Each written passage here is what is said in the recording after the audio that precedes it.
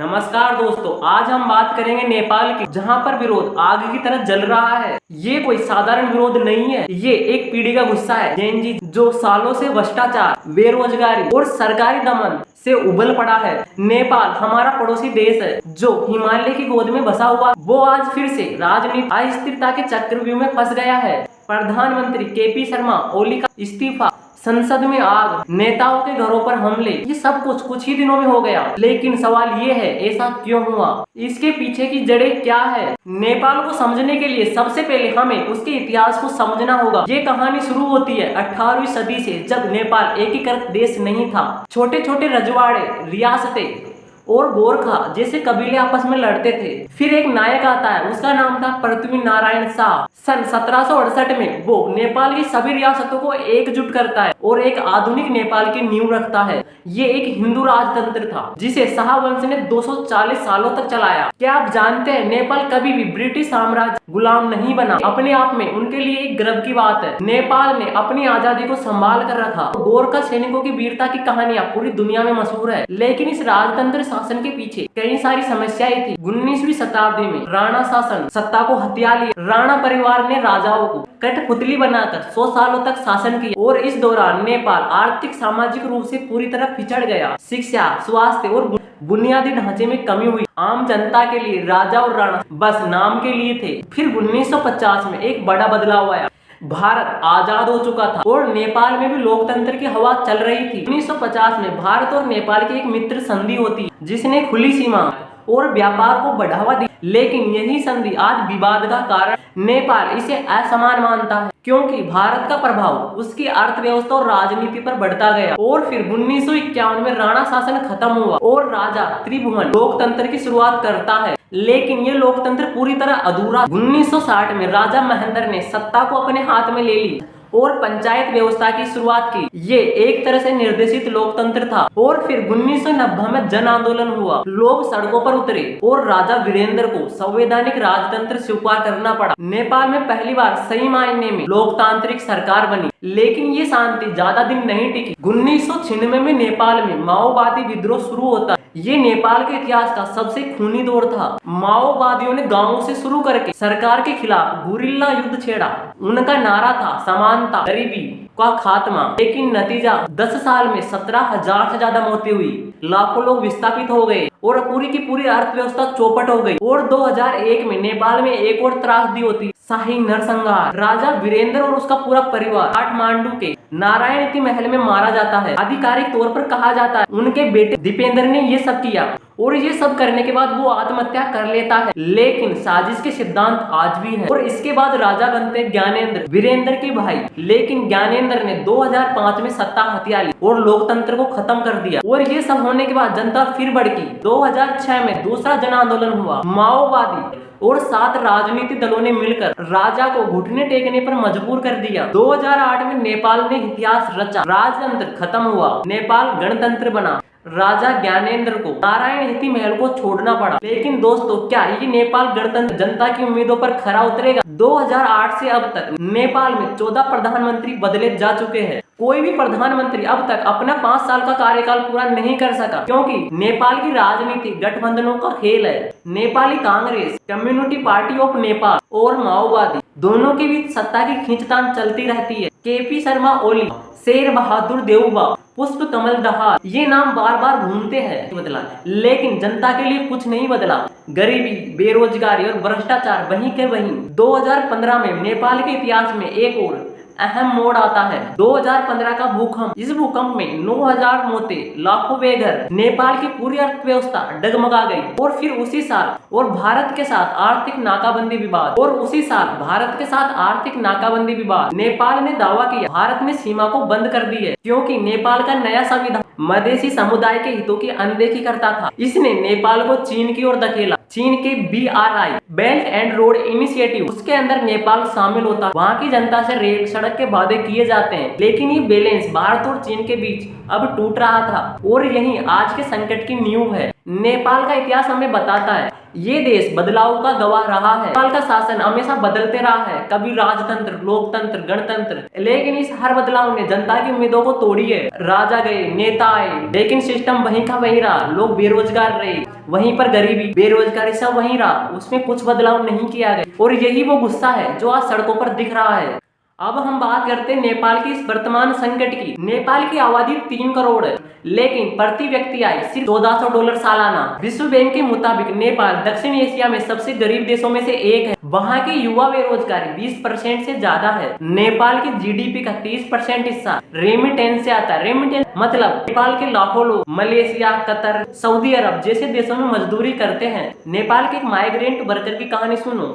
एक 25 साल का रमेश होता है, वो काठमांडू में रहने वाला था। उसने 2 लाख रुपए का कर्ज लेकर कतर में नौकरी की। वहाँ पर 50 डिग्री तापमान और 12 घंटे काम करना पड़ता और फिर वो नेपाल लौटता है। तो क्या कोई भी स्थानीय नौकरी नहीं। इससे रमेश जैसे लाखों युवा परेशान है। जो सरकार ने वादे किए थे बिजली, नौकरी, ये कहाँ है। लेकिन हकीकत 2021 में केपी शर्मा ओली ने कहा हम बिजली निर्यात करें, लेकिन आज काठमांडू में लोड शेडिंग आम है, क्योंकि बड़े प्रोजेक्ट्स में भ्रष्टाचार। ट्रांसपेरेंसी इंटरनेशनल 2024 के मुताबिक नेपाल भ्रष्टाचार इंडेक्स में 110वें स्थान पर है। नेपाल का मेलमची वाटर प्रोजेक्ट काठमांडू को पानी देने का 20 साल का पुराना वादा। इस प्रोजेक्ट में अरबों रुपए खर्च किए गए, लेकिन ये प्रोजेक्ट पूरा हुआ ही नहीं। कमीशन और भ्रष्टाचार ने पूरे पैसे खा लिए। अब बात करते हैं नेपो किड्स की। नेपाल की राजनीति में परिवार गहरा है। बड़े नेताओं के बच्चे, चाहे वो ओली हो, देउबा हो या प्रचंड, विदेशों में उनके बच्चे आलीशान जिंदगी जीते हैं। उनकी सोशल मीडिया पर बहुत वीडियो वायरल है। दुबई में लग्जरी कारें, लंदन में महंगी पार्टियां। सोशल मीडिया यूजर एक पोस्ट करता है और वो कहता है कि हम टैक्स देते हैं और हमारे टैक्स से इन नेताओं के बच्चे हमारा पैसा लूटकर विदेशों में मौज करते हैं। ये गुस्सा नया नहीं है, लेकिन जेन जी ने इसे आवाज दी। जेन 1997 से 2012 में जन्म लिए नेपाल की 40% आबादी है। ये एक डिजिटल नेटिव है। नेपाल में 1.2 crore social media user, Facebook, Instagram, TikTok, ये उनकी दुनिया है। इन प्लेटफॉर्म पर वो भ्रष्टाचार और नेपोटिज्म के खिलाफ आवाज उठाते थे, जैसे हैशटैग नेपो किड्स एक्सपोज, इसे ट्रेंड करवाए जाते थे, जिसमें नेताओं के बच्चों की संपत्ति और खर्चे को उजागर किया जाता था। एक वायरल वीडियो में दिखाया गया, एक मंत्री की बेटी ने लंदन में $2 मिलियन का फ्लैट खरीदा है। वहाँ की जनता सवाल उठाती है, ये पैसा कहाँ से आया। इस गुस्से का ट्रिगर बन 4 सितंबर 2025 नेपाल ने सोशल मीडिया को बैन कर दिया। 26 platform, Facebook, Instagram, YouTube, WhatsApp, x, Snapchat, बहुत सारे ऐप है जिनको उनके द्वारा बैन कर दिया जाता है। मिनिस्ट्री ऑफ कम्युनिकेशन का दावा इन प्लेटफॉर्म्स ने रजिस्ट्रेशन नहीं की, लेकिन असली वजह यह थी नेपोटिज्म और भ्रष्टाचार के खिलाफ वायरल कैंपेन ना हो। लेकिन इसके पीछे असली साजिश थी नेपोटिज्म और भ्रष्टाचार को दबाना। एक यूजर पोस्ट करता है, ये सब सेंसरशिप है, सरकार हमारी आवाज को छीन रही है। ह्यूमन राइट वॉच ने इन सब बैन को फ्री स्पीच का उल्लंघन बताया। अब आप कल्पना करो, आपका फोन खाली है, कोई न्यूज नहीं, कोई संपर्क नहीं। और जेन जी के लिए सोशल मीडिया सिर्फ मनोरंजन नहीं है, ये उनकी आवाज है, उनका हथियार है। सरकार ने उनसे ये हथियार छीन लिया। युवा सड़कों पर उतर आए। शुरू में ये विरोध शांतिपूर्ण था, लेकिन सरकार ने बातचीत के बजाय लाठियां और गोलियां चुनी और यहीं से ये आग भड़की। नेपाल में 4 सितंबर 2025 को सोशल मीडिया को पूरी तरह बैन किया जाता है। ये सब कुछ अचानक शुरू हुआ। सुबह 10 बजे नेपाल सरकार ने 26 सोशल मीडिया प्लेटफॉर्म पर बैन लगा दिया। मिनिस्ट्री ऑफ कम्युनिटी का बयान, इन प्लेटफॉर्म ने नियमों का पालन नहीं किया, लेकिन असल में बहुत सारे एक्सपर्ट ट्रेंड चल रहे थे। Nepo kids expose, communication free Nepal, इन सब ने सरकार को डरा दिया। नेताओं की संपत्ति, उनके बच्चों की लग्जरी लाइफ दुनिया के सामने आने लगी और ये भ्रष्टाचार के सबूत वायरल होने लगे और इससे लोग भड़क गए। वो पोस्ट करने लगे, ये हमारी आवाज को छीनने की साजिश है। एक यूजर लिखता है, जब सच्चाई सामने आ रही थी तो इंटरनेट बंद कर दिया गया, लेकिन इस पूरे बैन ने उल्टा असर किया। युवा जो पहले ऑनलाइन थे, अब वो सब सड़कों पर उतर गए। 5 से 7 सितंबर विरोध की शुरुआत होती है। पहले 3 दिन विरोध छोटे छोटे शहरों में शुरू हुआ। काठमांडू, पोरखा, वीरगंज, जैन, अनिल बनिया, ये हामी नेपाल संगठन और स्टूडेंट यूनियन ने इसका नेतृत्व किया। उन्होंने नारे दिए सोशल मीडिया को आजाद करो और नेपो किड्स को जेल भेजो। लेकिन ये विरोध पूरी तरह शांतिपूर्ण था। ये लोग मोमबत्ती लेकर सड़कों पर निकल गए। ऐसा ही विरोध श्रीलंका में 2022 में अर्गलाया आंदोलन होता है। बांग्लादेश में भी 2024 में शेख हसीना को हटाने वाला स्टूडेंट मूवमेंट, इन सब का यूज करके सोशल मीडिया पर एक यूजर ने लिखा, एक्स पर ट्वीट वायरल होता है कि श्रीलंका और बांग्लादेश ने दिखा दिया कि जनता की ताकत क्या होती है। अब नेपाल की बारी है। लेकिन सरकार ने वहां के लोगों के विरोध को हल्के में ले लिया। उनसे कोई बातचीत नहीं की, कोई जवाब नहीं दिया गया और 8 सितंबर को नेपाल में ये आग विकराल रूप धारण कर लेती है। ये वो दिन था जब सब कुछ बदल गया। सुबह 7 बजे काठमांडू में संसद भवन के सामने हजारों लोगों की भीड़ जमा हुई। उनके हाथों में बैनर था, भ्रष्टाचार को मारो और स्वतंत्रता से जियो, नेपाल हमारा है। प्रदर्शनकारी ज्यादातर जैन, कॉलेज स्टूडेंट्स, बेरोजगार युवा और छोटे बिजनेस ओनर। उनकी मांगे थी कि सोशल मीडिया पर जो बैन लगा है ना, इसको हटाओ और इस भ्रष्टाचार की पूरी जांच करो। दोपहर 12 बजे तक माहौल तनावपूर्ण हो गया। पुलिस ने पहले भीड़ पर पानी की बौछारें छोड़ी और फिर रबर बुलेट और आंसू गैस। लेकिन जब प्रदर्शनकारी नहीं हटे तो पुलिस ने लाइव राउंड फायरिंग शुरू की। बीबीसी के मुताबिक नेपाल की इस फायरिंग में कम से कम 19 लोग मारे गए, 400 से ज्यादा लोग घायल हो गए। काठमांडू के वीर अस्पताल में अफरा तफरी मच गई। संयुक्त राष्ट्र ने बयान जारी किया, नेपाल में अनावश्यक बल का प्रयोग हुआ है, इन सभी की स्वतंत्र रूप से जांच होनी चाहिए। लेकिन सरकार चुप थी और युवा वो वहां के विरोधी पूरी तरह गुस्सा थे। एक प्रदर्शनकारी 22 साल के अनुजा ने एक्स पर ट्वीट किया, हमने शांति से बात की लेकिन सरकार ने गोलियां चला दी। अब हम चुप नहीं रहे। रात तक काठमांडू की सड़कों पर हिंसा फैलती रही और छोटे छोटे ग्रुपों ने पुलिस स्टेशनों पर पत्थर फेंके। 9 सितंबर सुबह 6 बजे नेपाल में कर्फ्यू लगाया गया। लेकिन जेएनजी काठमांडू में विरोधियों ने संसद भवन के अंदर घुसकर आग लगा दी। नेपाली कांग्रेस का दफ्तर जला दिया। केपी शर्मा ओली, राष्ट्रपति रामचंद्र पौडेल, होम मिनिस्टर रमेश लेखक और पूर्व पीएम पुष्प कमल दहाल के घरों पर हमला किया गया। वहां पर लोगों ने बताया कि नेताओं को हेलीकॉप्टर से बचाया गया। वहां के युवा त्रिभुवन इंटरनेशनल एयरपोर्ट पर पहुंचे ताकि नेता देश छोड़कर न भागे। सेना ने एयरपोर्ट पर कब्जा किया, फ्लाइट्स डाइवर्ट किए। नेपाल में पूरी स्कूल कॉलेजों को बंद किया गया।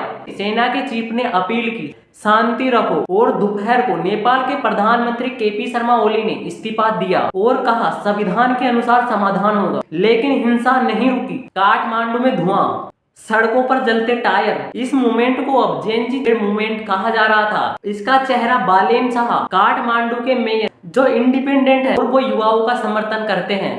वो पोस्ट करते हैं कि पुरानी पार्टियां सड़े सिस्टम का हिस्सा है, नई पीढ़ी बदलाव लाएगी।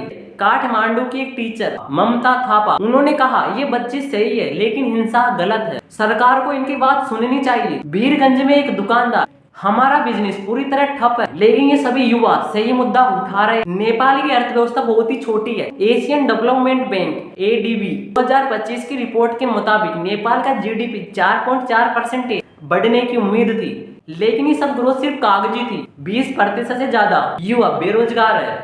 ILO इंटरनेशनल लेबर ऑर्गेनाइजेशन के मुताबिक नेपाल के 17 लाख से अधिक लोग विदेशों में काम करते हैं। रेमिटेंस GDP का 30% हिस्सा है, लेकिन ये पैसा अमीर और नेताओं तक जाता है। नेपाल में हाइड्रो पावर प्रोजेक्ट्स, नेपाल में 6000 से ज्यादा नदियां, लेकिन वहां बिजली की कमी है क्योंकि प्रोजेक्ट्स में भ्रष्टाचार हो जाता है। ये सब भ्रष्टाचार होता है तो वहाँ के युवा पूछते हैं हमारा टैक्स का पैसा कहाँ है। वहाँ के युवाओं के पास डिग्रियां है लेकिन नौकरियां नहीं। 2008 से नेपाल में 14 प्रधानमंत्री, केपी शर्मा ओली का ये चौथा टर्म था जो जुलाई 2024 में शुरू हुआ, लेकिन गठबंधन टूट गया। CPN, UML और नेपाली कांग्रेस के बीच सत्ता खींचतान हुई। ओली ने चीन के साथ गहरे संबंध बनाए। BRI रेल प्रोजेक्ट और काठमांडू पोखरा रोड, लेकिन भारत से विवाद बढ़ा। काला पानी और लीपू लेक का मुद्दा फिर से उभरा। 3 सितंबर 2025 को ओली ने शी जिनपिंग से मुलाकात की और भारत पर हस्तक्षेप का आरोप लगाया। ओली भारत को दोष देते हैं लेकिन इस भ्रष्टाचार का जवाब कौन देगा? नेपाल की जनता को लगता है नेता सिर्फ सत्ता, विदेशी ताकतों का इस्तेमाल करते हैं। पुष्प कमल दहाल और शेर बहादुर देउबा जैसे नेता बार बार सत्ता में आते हैं लेकिन जनता के लिए कुछ नहीं करते।